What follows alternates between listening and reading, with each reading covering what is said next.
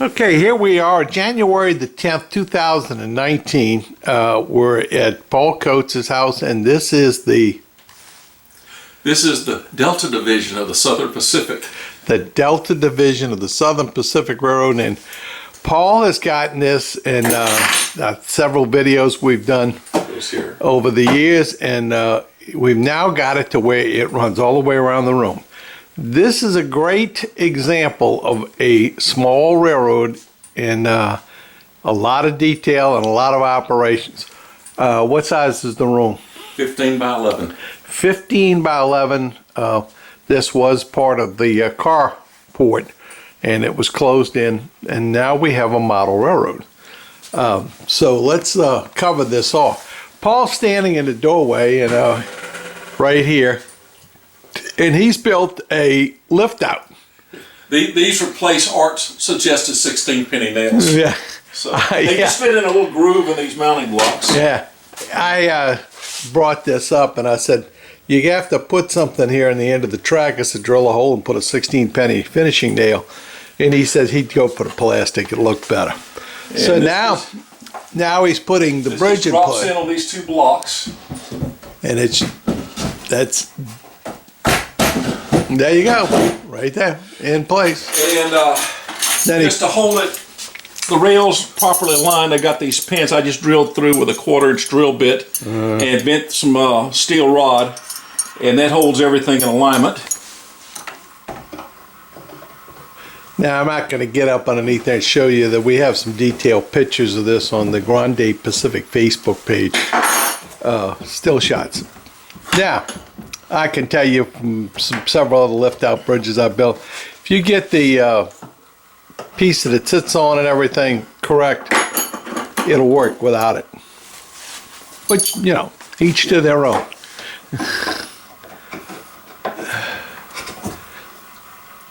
And I'm doing this in real time because you can see that it's now we can say. And the wheels don't even click going across. This is how I came up with these are connectors we use in the ham radio field and also used by radio control electric flyers for the power packs. They're called Anderson power poles. They're genderless. Both sides are exactly the same, and you cannot possibly plug them in backwards. They just can't go. And the little contacts do not protrude, so they can't short against anything. And those are the 30 amp models. There you go. So we're juiced up and ready to go here. So in basically what we have here is we go around the room, as you can see, and of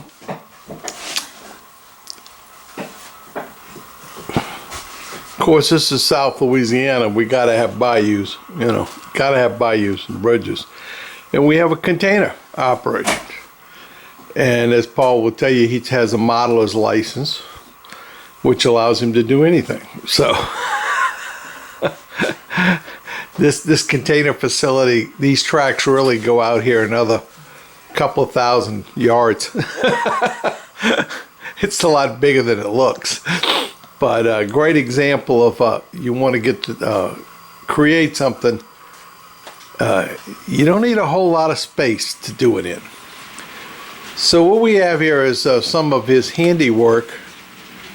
Paul spent a lot of time here working on these engines with details and weathering and so forth. So we are highly detailed here. They just don't look right without an air conditioner and sunshades. Yeah, there you go.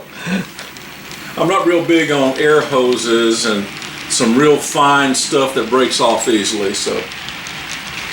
Now we have here, this is the warehouse district in this town, and we have all the businesses and industries, which he built all himself and weathered, and as every time we turn around he's adding more detail, including a safety meeting, which gets into a long story. And we have the airboat in the bayou. It was built by a friend of mine. With an alligator, which he's used one of his tags to capture. And he's got a GP9 back here, well weathered, and be very typical of the last ones that were down here on the SP route back in the day. And our train heads across the bridge. All right, so here we come across our lift-out bridge. And the other track is actually a spur siding that he can put his extra container cars on during an operating deal. So he's got some room to work the yard down the spur track. Yeah, it used to end over here on this side, and you had suggested that I extend it when I add the bridge, so I did. That allows me to put, I can put 3 triples in a single, or 9 singles. The corner over here, we're building a levee. This was just finished. Very effective lake scene back on the top of the trees. This is getting you depth of field on your painting. Bob Ross would be proud of me.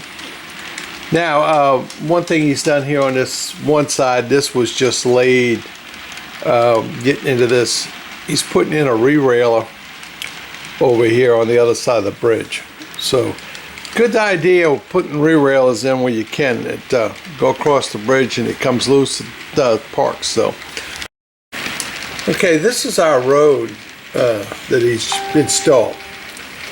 Very, very effective from depth.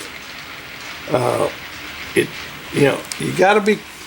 This doesn't take much practice to get this done.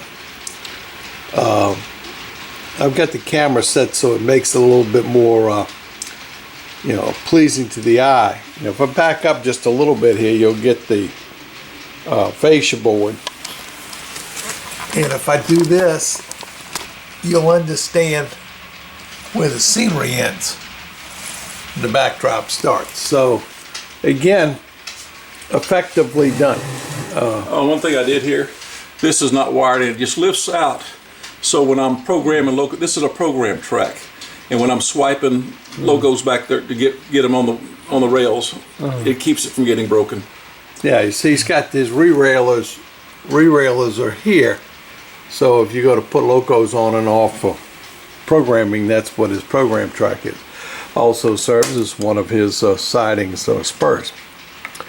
And staging and storage. Now, you could also put a plug and light those up. I've got to apologize about the shine. These have just been decaled. They're not. I haven't weathered them yet. Yeah, They some more Louisiana hot sauce cars here. Gotta have a lot of hot sauce. Yeah. So, which is very. Yeah, this is yours. Yeah, not mine. That was donated by somebody else. And we come back over here and we have the engine facility and more engines than of course the railroad needs, but what can I say? Always, it's a model railroad. So, all right, now put the engine in reverse. Now you see he's got stay alive. No, take your power off. Oh, turn my power off? No. Just stop the engine. Okay. I'm doing something here that you can't see. Okay. In the video, right now, the lights on the front of the engine are flickering. They aren't to my eyes. I want to just point that out. It's in reverse. It's got a Rule 17. The front headlight has been dim, so you see it flickering. To the human eye, you do not see that. So I just want to point that out. The camera catches it. The human eye does not. Our eyesight is not fast enough to catch that 60 cycle flicker. But that's LED headlights in that engine. So all is ballasted. All the track is using ground throws. These are Atlas switches. So we don't need to worry about keeping frogs hot, because all of his engines will make it across the frogs. And we got all these people doing all kind of activities. We have rails, stacks of rail. Looks like the real railroad. Okay, another engine. So this is now yeah, we got to turn the lights on. No, it's worse than. Yeah. we got some activity. Oh yeah, we forgot it's installed. We've got sound now. Okay, there's the lights. And those are from a supplier called We Honest in China, and they're very inexpensive and very well made. okay.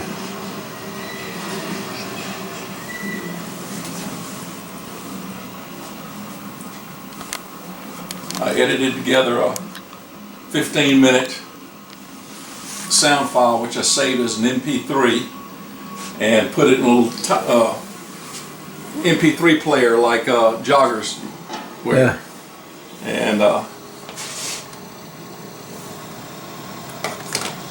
it's just got various forklifts were the closest things I could come to lift trucks.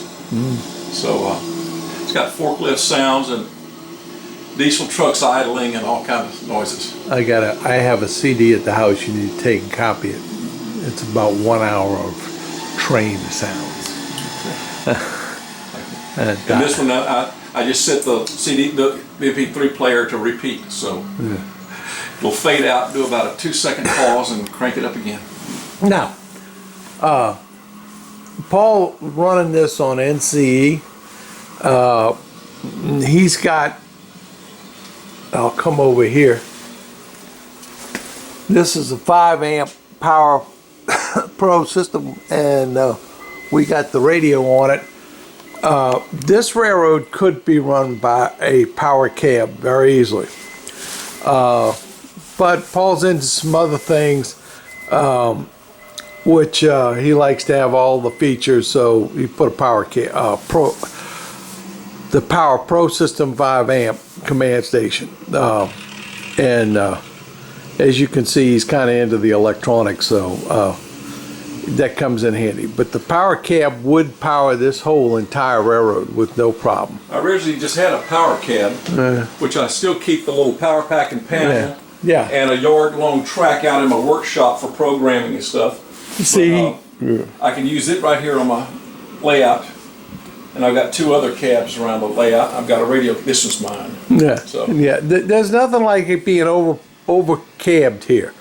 You know, controllers. There's 1, 2, 3, 4 controllers. That one in his hand's a radio controller. The power cab is just hooked into the regular system, and this is the beauty part of NCE. And it operates just as a regular cab when it's hooked to the 5 amp system. He can take that power cab though and plug it in, like he said, and use it anywhere to program with. More and more common, because I have one on my layout. It's set up just for people when they want to come in and program. A lot of times there's things that they need to play with or do, or I do, and it's just easier to use it. Some very detailed work on buildings, but this is. Paul retired about, what, 3 or 4 years ago? About 3.5 years ago. 3.5 years ago, and he's gotten serious on that. He pretty much started before he retired, but he got serious on it, and this is, a lot of effort put in the last 3 years. Got a few of the woodland scenics. Got a bag of the tree armatures that I want to put around. Not a lot, but I'm going to put a few trees around in places. And a few other details to add. One thing here.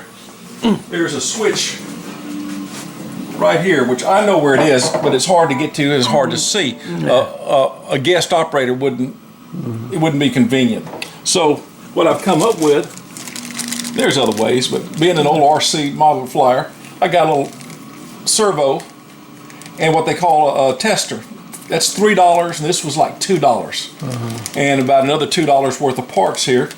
The servo is going to sit right here and just run a little rod out through the back of the building. I'll put a bush or something here so it won't be seen from anywhere. And then I'll put a switch right here. There you go. But I'll mount the toggle switch right there in the middle. And I may do this one too. Some people say, well, it's a little hard to reach over this. Well, I may put this right beside it, yard 1, yard 2. And what I'll do here is I'll use a throttle cable, an RC throttle cable, and run it at an angle and disguise it somehow and run it right under and put the servo right under here. So I've already got plans for that. And when Walter Rieger has his open house on the rat hole division, be sure you go. Okay. And you'll see all the cables and stuff in use. These are, I used to be diabetic. I'm not any longer, but I used to be diabetic and had to take some injections. And these were the little safety caps on the needles. And I saved them and sprayed them with some paint for plastics. And I glued them onto round toothpicks. Just put a round toothpick up in it, or a piece of one rather, and then drilled holes and stuck them where I needed them. So those are my concrete bumpers there and around the guardhouse. Needles from Those covers are the protectors over the needles. Yeah, the covers from the needles. It was an auto injector, kind of like an EpiPen. There you go. How to use your They're slightly oversized, but they work. If you kind of squint and stand back, they'll work.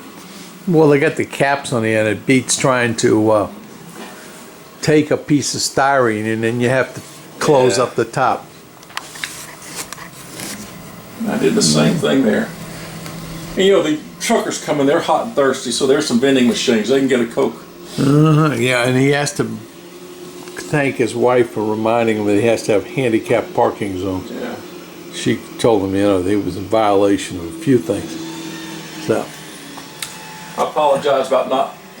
This little switcher right here, this is going to be my yard switcher. And it's new. I just got it just a few weeks ago. I just haven't had a chance to weather it yet. But it will be weathered. Woo! High horsepower here for the yard. Yeah. Okay. Well, since since a Jeep 35 is pretty old for this layout era, I'm going to weather the heck out of it. And like I did this one over here. This is actually my son's locomotive. And I did some, it's got 2 speakers in it. It's got 2 what they call sugar cube speakers. Yeah. And it's got a TCS sound decoder. And I did a little detail. I put the firecracker, he got photos of the actual prototype.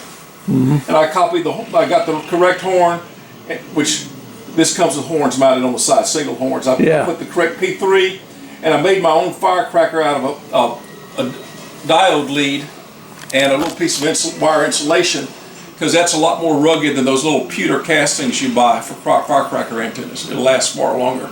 Yeah. And if you bump it, it's not going to break, it's just going to... So now, this is the program track where the tank cars are sitting in that engine. And here we have his computer, and of course the computer's tied into the command station over here, and he's got JMRI Panel Pro and Dakota Pro on here, and he can run it and fool with his engines. Now, we could also develop an operating scheme for this layout. We're going to have to sit down and think about it, but like all model railroads, you just have to take the modeler's license and use it to create some type of form of operations. The trains come in and off the main line, and they leave cars somewhere for this branch to operate. This is a westbound train. Yeah. Everything to your right is west, no matter which way you're looking here, and everything to your left is east. That makes it somewhere over the bridge. They disappear into a black hole, and they reappear far to the east. And come around, or vice versa. Yeah, the thing about it you have to remember in model railroading, and this being HO scale, that bridge is 1,000 miles long. I mean, you know, it's just, or at least hundreds of miles. So it's called a modeler's license, and you can come up with a scheme to make all this work so somebody can come in here and move cars. There's only one thing he's lacking, and we'll probably get into a solution to that in the near future, so we can have this as an operating deal and part of a group of layouts down here in far southeast Louisiana for an operating deal. So we'll call it a wrap on this one, and got to get down the road today and go work on another layout. So this is an update on the Delta Division of the Southern Pacific. And we'll say this is another Grande Pacific production.